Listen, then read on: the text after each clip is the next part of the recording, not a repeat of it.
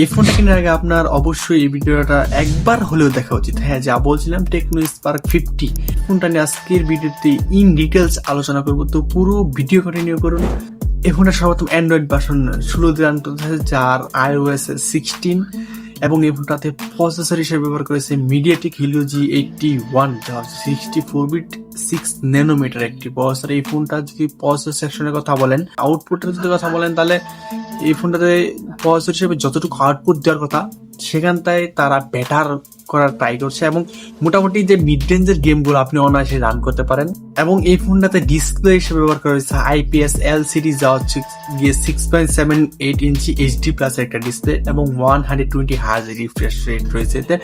এই ফোনটা যে ডিসপ্লে IPS মোটামুটি মানা গেলেও, তো এখানটায় আসলে HD প্লাসটা দেওয়াটাও খুবই একটা বোকামি হয়েছে। এখানটায় আমি মানতে পারতেছি না HD প্লাস, আপাতত ফুল HD প্লাস তারা দিতে পারতো, এখানে HD প্লাসটা খুবই কম হয়ে যায়। যাই হোক, এই ফোনটাতে যে ক্যামেরা রয়েছে 50 মেগাপিক্সেল 1.9 ওয়াইড অ্যাঙ্গেল, যার হচ্ছে ইমেজ রেজলিউশন রয়েছে 8150x6150।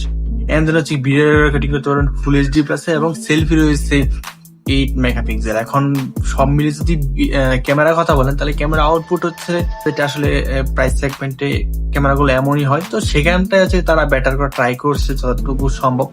কালার রিপ্রোডাকশন সবকিছু ঠিকঠাকই লেগেছে এবং মোটামুটি ভালোই তারা ক্যামেরা থেকে আউটপুট দিতে পারছে। এন্ড দেন হচ্ছে এই ফোনটার সবচেয়ে বড় হচ্ছে ব্যাটারি, 7000 mAh এর ব্যাটারি, তার সাথে হচ্ছে 18 ওয়াট চার্জার। হ্যাঁ, এইখানটায় তারা যদি 25 ওয়াট কিংবা 30 ওয়াটে নিতে পারতো, ওয়ান অফ দ্য বেটার আমি মনে করতাম। ব্যাটারি ক্যাপাসিটি অত্যন্ত ভালো, 7000 mAh এর ব্যাটারি, ব্যাকআপ তো কোনো তুলনায় নেই। ব্যাকআপ আপনি অনায়াসে 2 থেকে 3 দিন নিয়ে যেতে পারেন। তো আসলে এখানে চার্জিং সেকশনে যদি তারা একটু চার্জারটার ওয়াটটা একটু বাড়াইতে পারতো, তো ওয়ান অফ দ্য বেটার এই প্রাইস পয়েন্টে এসে ফোনটা হয়ে যেত ব্যাটারি সেকশনে।